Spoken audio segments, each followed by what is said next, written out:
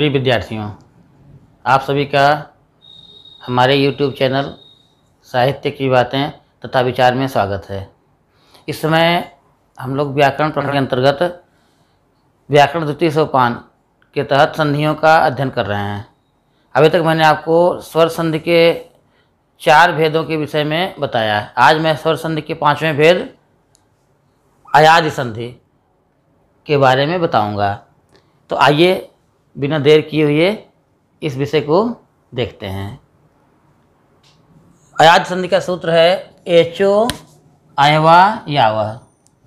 इसमें एक है एच और एक है अच, जो कि इसमें दिख नहीं रहा है। इसको भी हमको लेके आना है। एच प्लस अच बराबर अय आव, अय अव आय आव। अर्थात बिल्कुल सिंपल सा है, साधारण सा नियम इसका है। तो हम नियम पढ़ेंगे तो ये सारी चीज़ें स्पष्ट होती चली जाएंगी। नियम क्या हो गया? यदि एच प्रत्याहार के बाद एच प्रत्याहार के अंतर्गत क्या क्या आता है ये हम देख लेंगे। हालांकि प्रत्याहारों का अगर आपने अध्ययन किया होगा तो ये बातें समझ में आ गई होंगी। एच प्रत्याहार के बाद एच में क्या क्या आएगा? ए ओ ए तथा औ।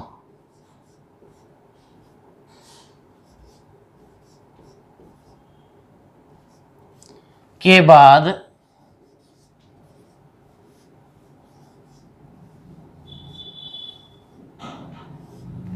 कोई भी स्वर आए तो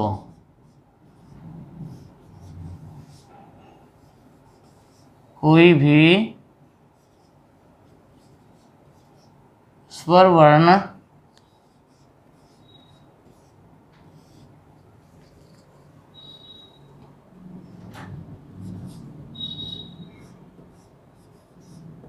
आए तो क्रमशः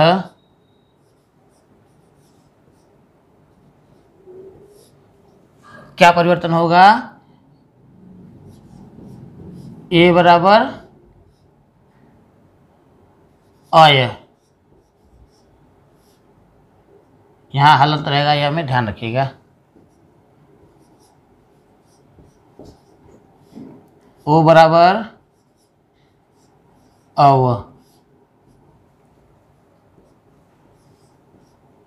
ए बराबर, इसको हम ऐसे कर लेंगे तो समझ में आ जाएगा आपको, सब एक जैसे रहेगा। आय,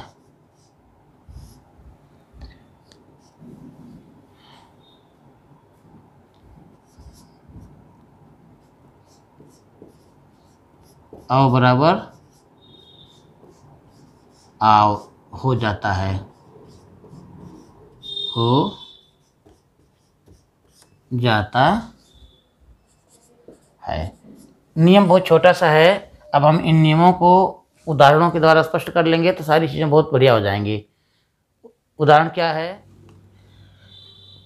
ने प्लस अनम। इसमें हमारा पहला वर्ण है ने, तो हम पहले न में से ए को अलग कर लेंगे, न प्लस ए। अब आगे हमारा आया हुआ है अनम का अ। देखिए संधि कहाँ पे करेंगे हम? ए में, क्योंकि नियम यही कर रहा है कि ए को अय। यहाँ देखिए ए को क्या बन जाता है? अय। ए की जगह पर अय बन जाएगा, तो हमारा ए की जगह पर यहाँ पर अय, अय का आदेश हुआ। अब संधि के नियमों के तहत जैसे हम पहले मिलाया करते थे वैसे अभी भी कर लेंगे। चूँकि हर व्यंजन बिना स्वर के अधूरा होता है, तो हम न के साथ अ को मिला लेंगे और इधर य के साथ इस अ को मिला लेंगे। तो हमारा बन गया न में अ मिल गया, न पूरा हो गया, य में अ मिल गया तो यह पूरा हो गया, बन गया न य। इसमें देखिए ये 2 शब्द हमारे अभी बचे हुए हैं, तो बन गया हमारा न य न म, बन गया नयनम अर्थात नेत्र। इसी प्रकार से चयनम, इसमें भी हम अलग कर लेंगे, च प्लस ए, फिर आगे हमारा है अनम का अ। ये में परिवर्तन हमको करना है, तो ए को हम घेरा कर ले रहे हैं। ए की जगह पर क्या आदेश बन जाएगा, जैसे पहले हुआ है, ध्यान दीजिए, यह चूंकि हलंत है इसलिए इसको हम आगे वाले अ से मिला लेंगे, और च हलंत है, इसके आगे आने वाला अ है अय का अ, तो बन गया हमारा च य। हम संधि के नियमों का पालन करते हुए जैसे पहले तोड़े थे उसे फिर से जोड़ लेंगे, तो क्या बन जाएगा, च य न म, चयन यानी चुनाव करना। ये 2 उदाहरण हमारे हो गए ए के। अब देखिए आगे हम बताते हैं ओ के उदाहरण आपको। तो आगे हमारा वर्ण है पो है, इसमें से हम अलग कर लेंगे प प्लस ओ, प प्लस ओ। अब इसके आगे आया हुआ है हमारा अनम का अ।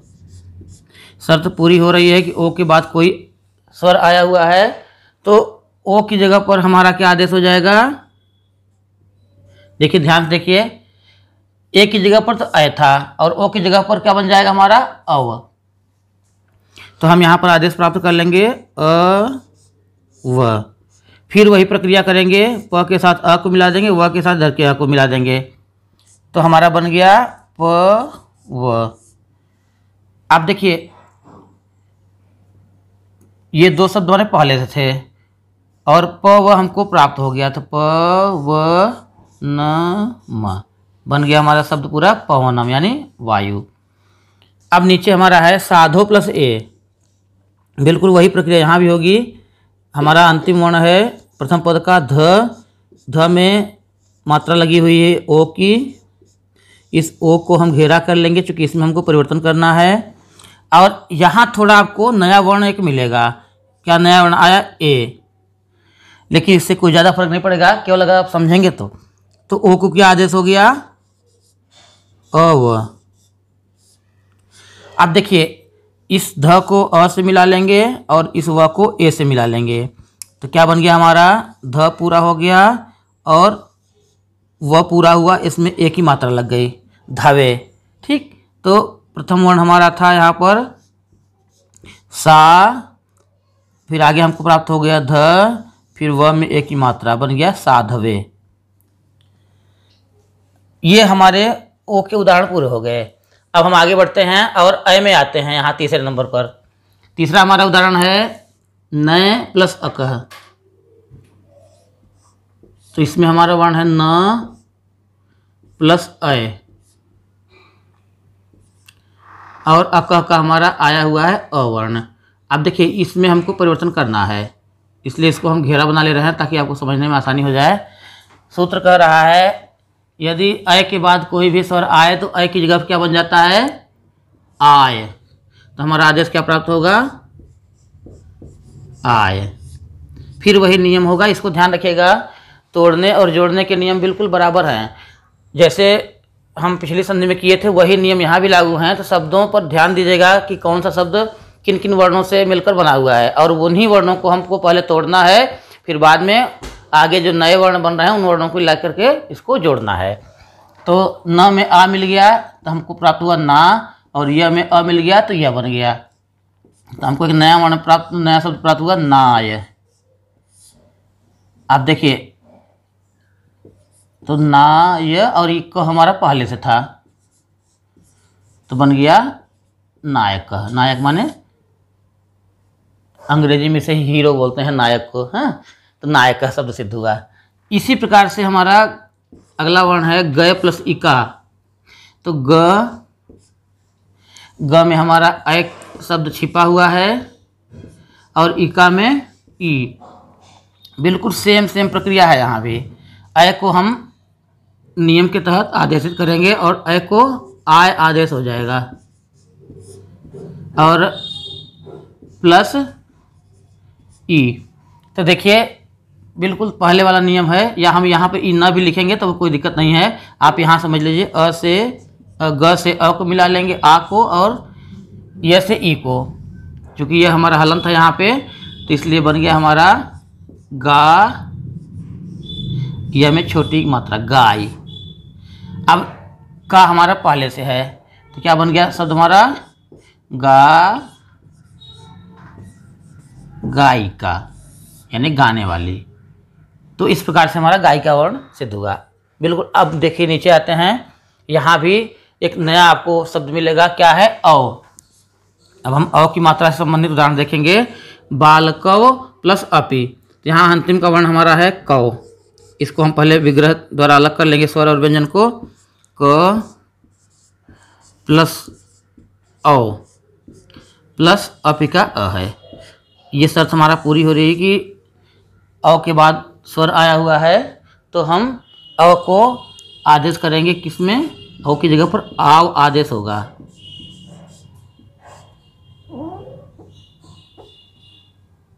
अ की जगह पर आव। देखिए जैसे यहाँ आपने देखा, अ की जगह पर आए, अ की जगह पर आओ। ये वह जो होगा हलंत होगा। फिर वही प्रक्रिया पहले वाली, क से अ को मिला देंगे, व से अ को मिला देंगे। तो क से आ मिला बराबर बन गया हमारा का, और व से अ मिल गया तो बन गया वा, काव। ठीक। अब इसको हम मिलाएंगे। देखिए पहले हमारा बा तो ज्यों का त्यों था, बालक, और ल भी हमारा ज्यों का त्यों था। अब हमको दो शब्द नए प्राप्त हो गए। क्या मिल गया हमको? काव, बाल का व, और देखिए अंतिम का वर्ण हमारा था पी। यह भी हमारा पहले से था, इसमें कोई परिवर्तन नहीं हुआ। तो ये हमारा उदाहरण बन गया बाल का व पी। ये पेपरों में अक्सर पूछा जाता है, इसलिए इस पर विशेष ध्यान देना। थोड़ा सा टेढ़ा लगता है आपको, शुरू में समझ में नहीं आता कि इस पर कैसे हम संधि विग्रह करेंगे, या विग्रह दिया हुआ संधि कैसे करेंगे। तो इन शब्दों को आराम आप जो है स्पष्ट रूप से समझिए, और नियमों को लगाएंगे तो अपने आप शब्द बनते चले जाएंगे। ध्यान रखना है कि शब्दों को तोड़ना और जोड़ना ठीक ढंग से होना चाहिए। अब हमारा इस कड़ी का अंतिम उदाहरण है भ प्लस उकह। यहाँ देखिए भ है और भ में अ की मात्रा लगी हुई है, और प्लस उकह का उ है। बिल्कुल वही प्रक्रिया यहाँ भी होगी पहले वाली। और औ की जगह पर क्या आदेश हो गया हमारा? आव। और भ से आ को मिला दिए, व को उ से मिला दिए, बन गया भा उ। ठीक। अब देखिए इसको हम फिर से जोड़ लेंगे, जैसे आप पहले जोड़ते हुए आए। क्या बन जाएगा? Very good. भाऊ कह, भावुक है ना? भावुक, उसमें हम जो प्रथमा व्यक्ति का रूप लगा दिए तो भावुक का बन गया। तो ये रहा हमारा अयादि संधि से संबंधित कुछ नियम और इसके उदाहरण। आशा करता हूं कि आपको ये बहुत अच्छी तरह समझ में आया होगा।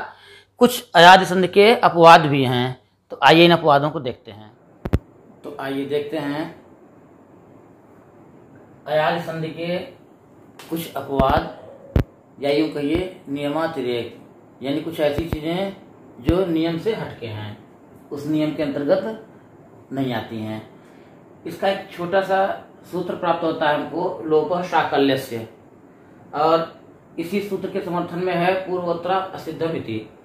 तो हम इन दोनों को समझेंगे। ये क्या कह रहे हैं कि पद के अंत में य या व के ठीक पूर्व यदि अ अथवा आ रहे और बाद में अस प्रत्याहार का कोई वर्ण आए, तो य और व का विकल्प से लोप हो जाता है, और लोप होने के पश्चात उनमें फिर कोई संधि नहीं होती है। अर्थात जो पूर्ववर्ती कोई नियम होते हैं, उन नियमों का यहाँ पर बाद उपस्थित होता है इस पूर्वोत्तरा असिद्धम सूत्र से।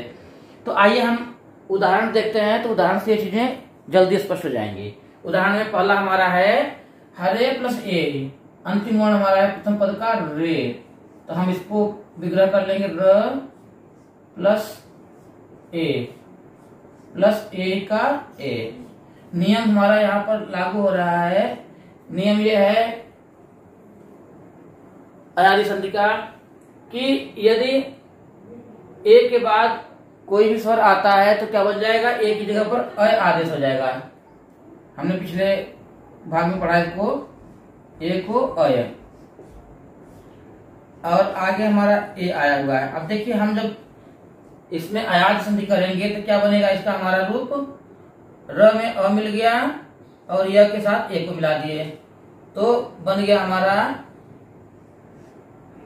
र और य से ए मिलेगा तो बन जाएगा रए। तो क्या बन गया रूप हमारा? ह पहले से है, र फिर ए और ही हमारा यहाँ पहले से हर ए ही। लेकिन यह सूत्र क्या कह रहा है? लोप शाकल्यस्य, यदि य के पूर्व, ठीक है, यह या व के ठीक पूर्व, यहाँ पर यह का प्रसंग हमारा है तो यह के पूर्व अ आया हुआ है और यह के पश्चात अस प्रत्याहार का वर्ण है। देखिए अस प्रत्याहार में इतने वर्ण सम्मिलित हैं, अ इ उ ऋ ऋ ए ओ ऐ औ ह य व र ल य म ग न झ भ घ ढ ध ज भ ग ड द ज भ ग ड द। अब जो है इन वर्णों में से यहाँ पर देखिए हमारा क्या आया हुआ है? ए। ये हमारा है अस प्रत्याहार का वर्ण।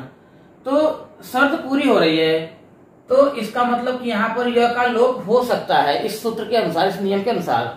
तो हम यह का लोप कर देंगे तो क्या बचेगा हमारा? देखिए र में अ मिल गया तो र हमारा पूरा हो गया। तो ह हम यहाँ से लिख लेंगे क्योंकि हमें कोई परिवर्तन नहीं हो रहा है। यहाँ से देखिए र प्लस अ बराबर र, तो ह र और ए ही हमारा पहले से है तो हर ए, ये हमारा विकल्प से हमको प्राप्त हुआ हर ए।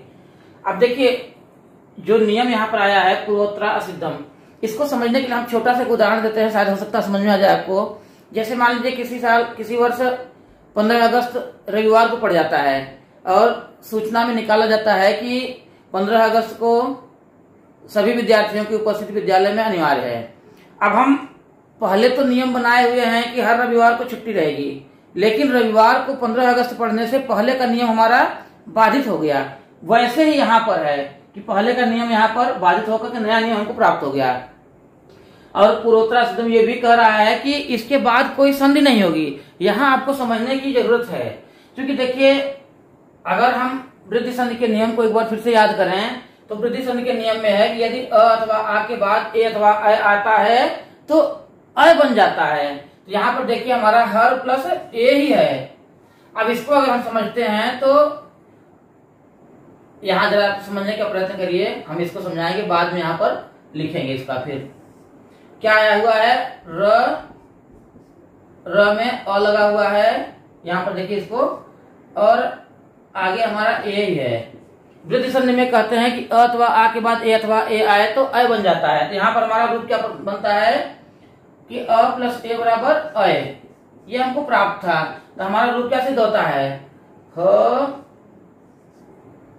र में आय की मात्रा तो हरय और ही, यानी हरय ही रूप हमारा बन सकता था यदि हमको यह ना कहा गया होता पूर्वोत्तरा सिद्धमिति। अर्थात एक बार अगर संधि हो गई तो उसमें पुनः दोबारा संधि नहीं की जाएगी, यहाँ आपको ध्यान रखना है। तो यह कह रहा है सूत्र कि एक बार यदि हम संधि कर लेते हैं तो उसमें दोबारा संधि नहीं होगी।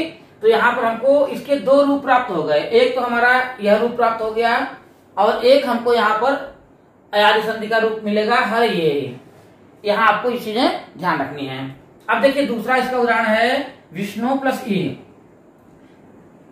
लगभग उसी ढंग की प्रक्रिया यहाँ भी है। हम पहले स्वर और व्यंजन को अलग अलग कर लेंगे, प्लस ओ और प्लस ई का ई। अब देखिए इसमें हमको परिवर्तन करना है तो ओ को अब आदेश हो जाता है, बिल्कुल पहले जैसा ही हमारा है। हम इसको जोड़ेंगे तो हमको दो रूप प्राप्त होगा। एक रूप तो यहाँ मिल जाएगा, देखिए ध्यान से। पहले हम अपना पुराना यानी अयादि संधि का रूप बना करके आपको दिखाएंगे। तो ण और अ मिलकर क्या बन गया हमारा? ण पूरा हो गया और व के साथ ई मिल गया तो बन गया वी, ण वी। अब हमारा वी पहले से है तो यहाँ पर एक रूप हमको प्राप्त होगा वी, या इसी के आगे हम लिख लेंगे ताकि आपको समझने में आसानी हो जाए। देखिए यहां से हम वी को उतार लेंगे और आधा श विष्णु,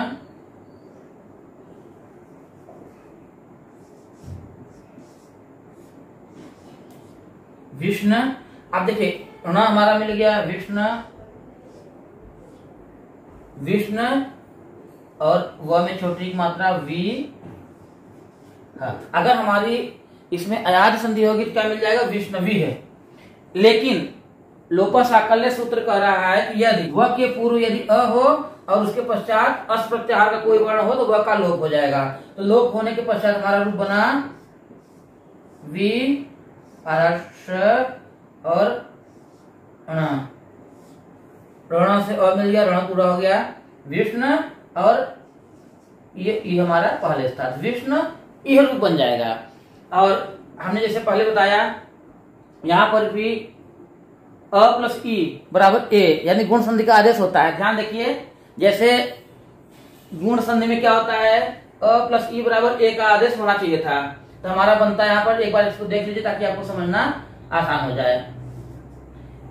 क्या है, अण में हमारा अ लगा हुआ है और अ के साथ ई आया हुआ है। गुण संधि में होता है आद गुणा, यानी अ अथवा आ के बाद ई अथवा ई आए तो ए बन जाता है। इन दोनों का संयुक्त रूप क्या बनता है हमारा, ए। तो रूप हमारा बन सकता था यहाँ पर कि विष्णेह रूप बन सकता था, लेकिन पूर्वोत्तर सिद्धम कर रहा है कि यदि जो है इसमें एक बार संधि हो गई तो दोबारा संधि के नियम लागू नहीं होंगे, इसलिए यहाँ पर हम इसको हटा लेंगे। ये आपको समझाने के लिए था कि यहाँ पर एक हमको रूप प्राप्त हुआ था, लेकिन वह इस नियम ने बाधित कर दिया। जैसा हमने पिछली बार बताया आपको पिछले सूत्र में कि इतवार की छुट्टी का नियम 15 अगस्त के निर्देश ने प्रभावी कर दिया और 15 अगस्त को इतवार को भी स्कूल खुला। ऐसे यहाँ पर कि नियम तो था लेकिन नियम को पूर्वोत्तर सिद्धम ने बाधित कर दिया और स्वरों का मेल नहीं हुआ, दूसरी संधि नहीं बनी। तो यहाँ आशा करता हूं कि आपको ये उदाहरण समझ में आ गया होगा। आइए देखते हैं दूसरे उदाहरण में। इसमें क्या लिखा हुआ है, तस्य प्लस ईमान, अंतिम वर्ण हमारा है यह में हमारी अय की मात्रा लगी हुई है और ईमान का ई लगा हुआ है। नियम तो हमारा कह रहा है कि ए को अय और अय को आय आदेश होता है। यहाँ हमारा अय है, अय को आय आदेश हो गया। अब नियम के तहत आय है तो इस य का लोप हो जाना चाहिए और लोप हो गया मान लीजिए। तो अगर अ का लोप हो गया तो या प्लस अ प्लस या और ई। देखिए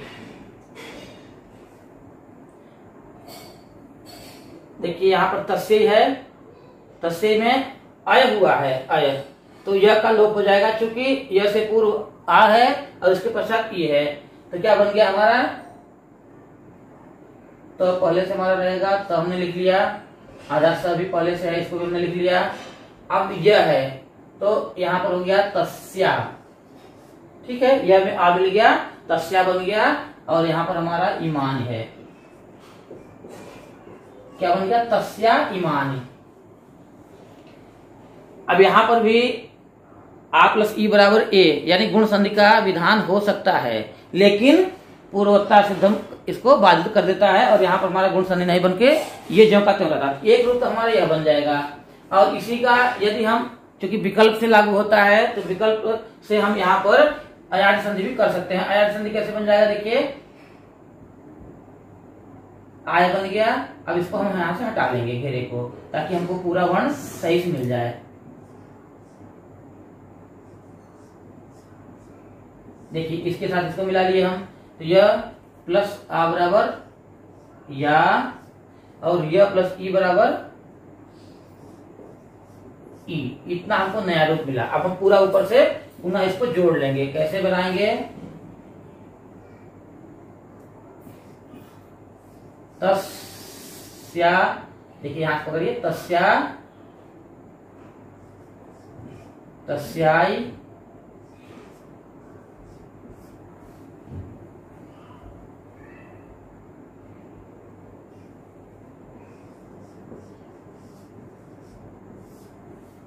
तस्य प्लस ईमान तस्या ईमानी, यह रूप हमारा सिद्ध होता है। अब देखिए अंतिम हमारा उदाहरण है रात्रौ प्लस आगतः। इसको भी उसी प्रकार से विग्रह कर लेंगे। क्या है इसमें, देखिए लास्ट में हमारा है आधात प्लस आधार प्लस अ। हमको परिवर्तन कहाँ करना है, इसकी अ में करना है। अ को हम देखेंगे, अ को क्या बन जाता है, आओ, नियम के अनुसार अयादी संधि के नियम के अनुसार अ को आव आदेश जाता है। अब हमारा जो लोकपाल आकलन कर रहा है, यदि व से पूर्व अथवा आ हो और उसके पश्चात कोई भी अस्प्रत्याहार का वर्ण हो तो वह का लोप हो जाएगा। अब देखिए यदि हम वह का लोप कर देते हैं क्या रूप बनेगा हमारा, त और र मिल के तरह बन गए, अत्र में आ की मात्रा क्या बन गया, त्रा। त्रा और आगत हमारा पहले का रहेगा, तो हम इसको यहाँ पूर्ण कर लेंगे। देखिए रा हम यहाँ से ले लेंगे क्योंकि इसमें कोई परिवर्तन नहीं हुआ है। रा, त्रा, रात्रा और आगत है।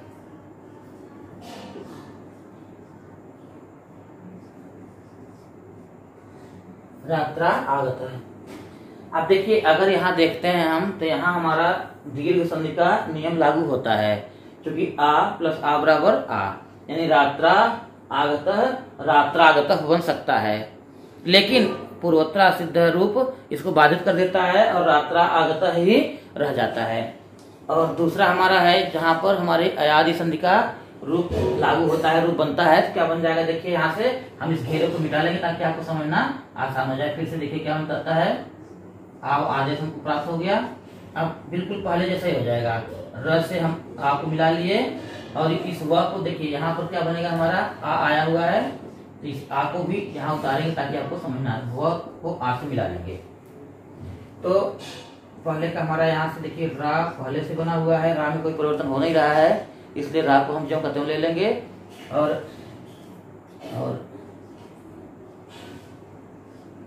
रात तो और रात्रा हो गया और वा, ठीक है, रात्रा वा गत।